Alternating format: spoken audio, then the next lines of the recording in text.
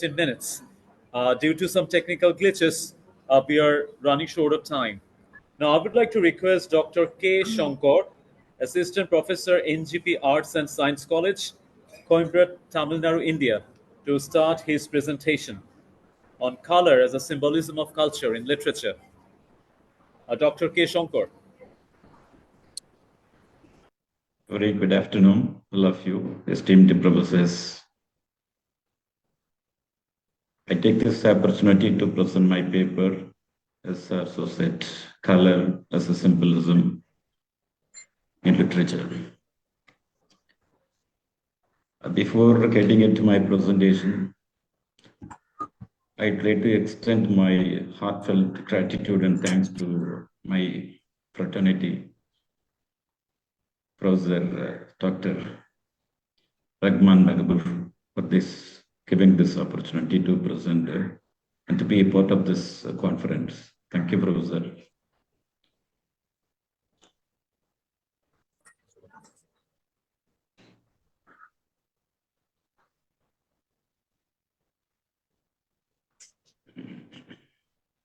So coming to the topic, we should know how color is playing an important role in literature, and also how color is dignified and defined as symbolism in literature, and also about how symbolism is getting into culture. And that way we had a phrase, color as a symbolism. Hope understand. See, what is actually symbolism? It is not a newer topic, as everybody knows well. From ancient literature to till date, everybody has been using this term. So many things can be identified through symbolism. The color, so using any color, or particular word, or particular object that can be limited or defined as symbolism. So why symbolism is very important in literature? To emphasize the meaning and purpose of the literature, or to understand in deeper meaning of the literature, symbolism is very, very important. And that's why here symbolism is taken into consideration as a color into literature, especially projecting culture in different and divergent angles. See, we people know very well the classification of literature into different types, starting from ancient or classical or modern literature or postmodern literature, or colonial literature or post-colonial literature, or 21st century or 20th century. See, you can have loads of classifications. But how to identify the colors through symbolism to dignify the culture in different literature in different nations? See, color actually used to show one's the characteristics or one's emotion or one's feeling or idea. There are many concepts. Due to time concern, I'm limiting these things. To emphasize the notion of the character or to keep the versatile quality of the character, we are using a different color that can be identified through the characters by Shakespeare. When you study the characteristics of Othello, you can understand how the color is used to describe the quality of the person Othello. The other hand, Macbeth. There are many characters, and Romeo and Juliet. We can identify them through colors. Comparing Macbeth and Othello, see, Macbeth actually from different region and Othello from his black race. To show the quality and which race and country, nation he belongs, Shakespeare cleverly used to describe the color, simply portraying the persona as a person, as a character into that play. Simply understanding and seeing the character or visualizing the character into our eye, we can understand this is about black culture and black man. That's one point of view. Coming to the other work by William Blake, The Tiger, not only drama or in short stories or poetry, in all genre we could see the use of color in different way. That as we know very well about the famous poem by William Blake, The Tiger. See, color cannot be directly projected or used into any genre. Some way or other way it can be used as a synonym.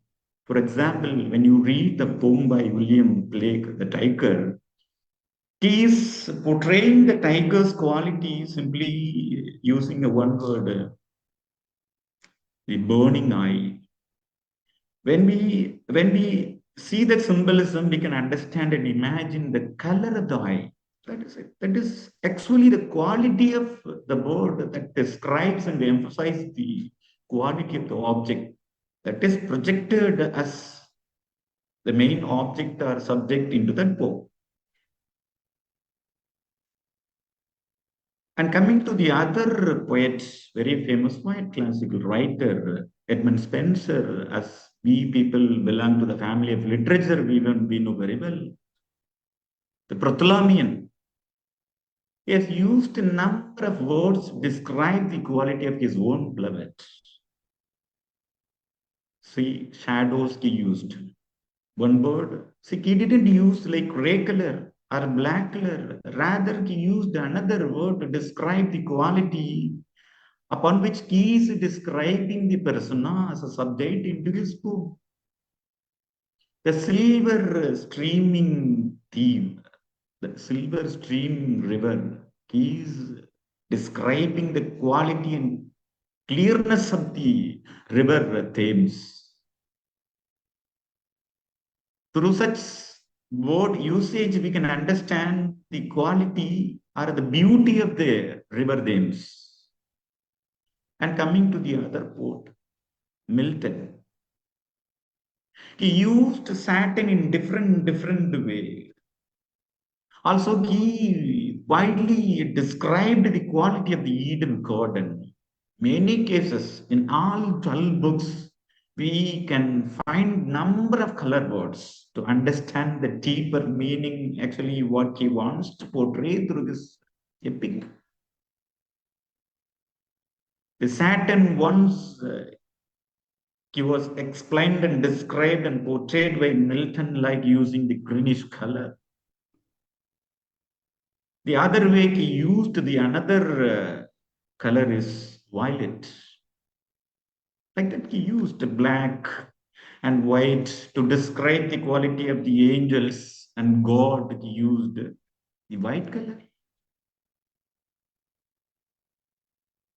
So this is, I'm simply telling, either the works were written during classical time or Renaissance time or Reformation time or the modern period or postmodern period, all the writers, they have used different way to project their society, their cultural practices, and what is actually about their homogeneous practices, that simply they are portraying. The another one work is very famous. The title itself, we can understand how the color deliberately it is used. The Heart of Darkness. Joseph Conrad, I think. See, once you please go through the title or read the title, or when you see the title, we can understand easily it is all about the colonization. It is all about black culture, language, and everything. I'm right or wrong? That is it. And coming to the another one, the Canterbury Tales by Chaucer. All might have read the prologue to the Canterbury Tales. He introduced all the character very deliberately, minutely describing the color and beauty and dress code, everything. Everywhere we can see the use of color. And other way, we are defining the Canterbury Tales as the society represented by the Chaucer as a father of English poet into literature. Those has been classified in two different categories, as we know very well. And coming to the other work, it is written by Edgar Allan Poe. The Raven is a well-known poem. Everybody knows how he describes the melancholy by using the color darkness, also the ghost. The another poem, it was written by Edgar Allan Poe, The Mask of the Red Death. The illusion and illusion and about the motion and mission of the death clearly pictured and disclosed by Edgar Allan Poe. When you go through that, it is not, we don't have enough time to read out all the lines, so that I am simply jumping from one part to another part.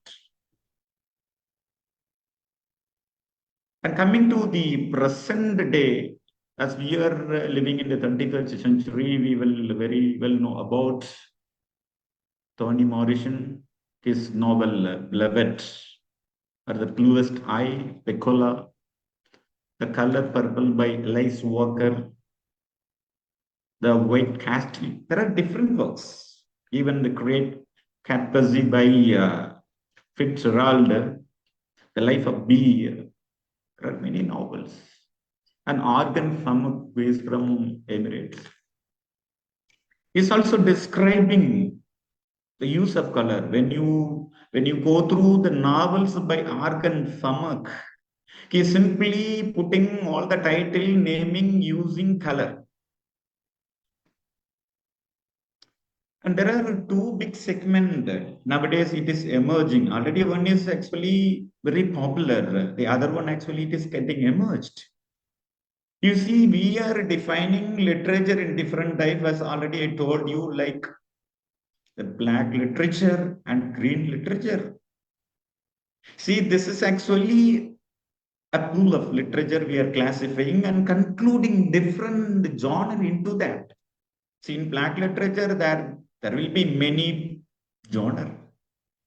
But we are putting a simple name as a black literature. In that, we can understand what is actually the black people and what is actually it is about racism and what is actually it is about the society of black.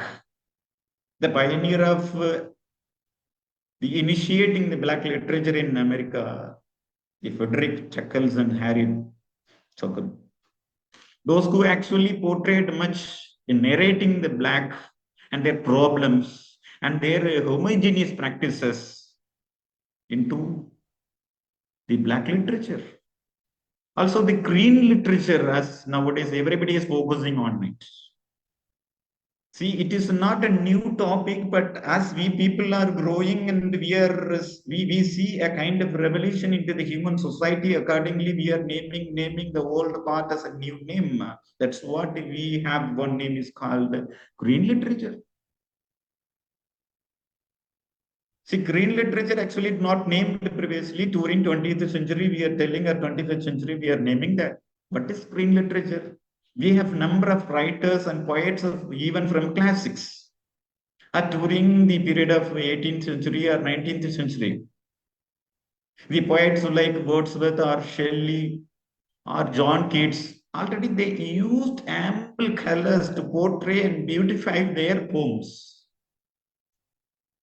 And David Thoreau, William Wordsworth, and coming to India, we can understand Tagore is also named like nature poet. Previously, we named like nature poets. Now we are telling green literature. We are describing the human how we are related with and depend on nature. Either nature is important or human is important, or we are dependent on the nature is dependent. We can deliberately see the relationship between human and the environment when you go through the green literature. There are many popular writers. They are using and describing the color in different way. As I already told you, one case like the organ samuk. So his famous work, My Name is Red. And in it, he used a character in different way. When you see the heading, that is red. When you see the character, that is black. He's very famous for complexity. We can also compare how human being have some problem into the society. Something cannot be explained that we are telling the enigma of color, how it is described in different. And also the Fitzgerald, I told you, he is also using the color to describe love, passion, everything through his own characters. See, colors actually playing a different role to describe and portray and discloses.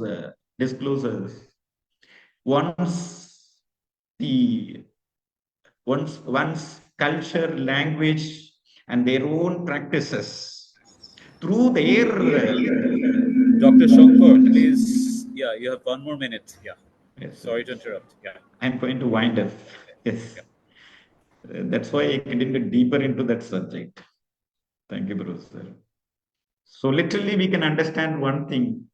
Color is not a new subject. Our color is not a new matter into literature. But as we family belong to literature, we have to renovate and we have to innovate in different way. That is what actually professor came out with a fewer and newer concept as way of conducting this a good conference, international conference to focus on the use of color in different way, bridging the culture between countries. Thank you for giving this opportunity. Thank you, all of you.